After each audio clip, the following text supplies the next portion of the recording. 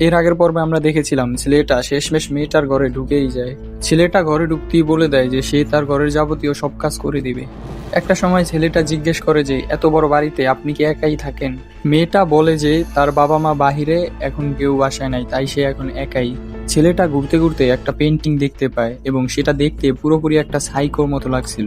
ঘরের কাজ করতে করতে ছেলেটা একসময় একটা ছুরি নিয়ে মেয়েটাকে ভয় দেখায়। আসলে সে মজা করছিল। তখনই ছেলেটা মেয়েটার কাছে জল চাইলে মেয়েটা ইমেজিন করতে শুরু করে যে সে তাকে জলের ভিতরে চুবিয়ে মেরে ফেলছে। ভয়ে ভয়ে মেয়েটা সেখান থেকে পানি দিয়ে চলে যায়।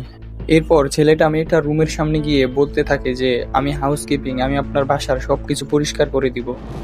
এটা বলে ছেলেটা যখনই দরজা খুলতে যাবে, সে যা দেখলো সেটা দেখার জন্য সে মোটেও প্রস্তুত ছিল না। ঠিক তখনই মেয়েটা ছেলেটাকে মেরে সেখানে অজ্ঞান করে দেয়। ছেলেটা চোখ খুলতেই আমরা দেখতে পাই যে এই মেয়েটা কোনো সাধারণ মেয়ে নয়।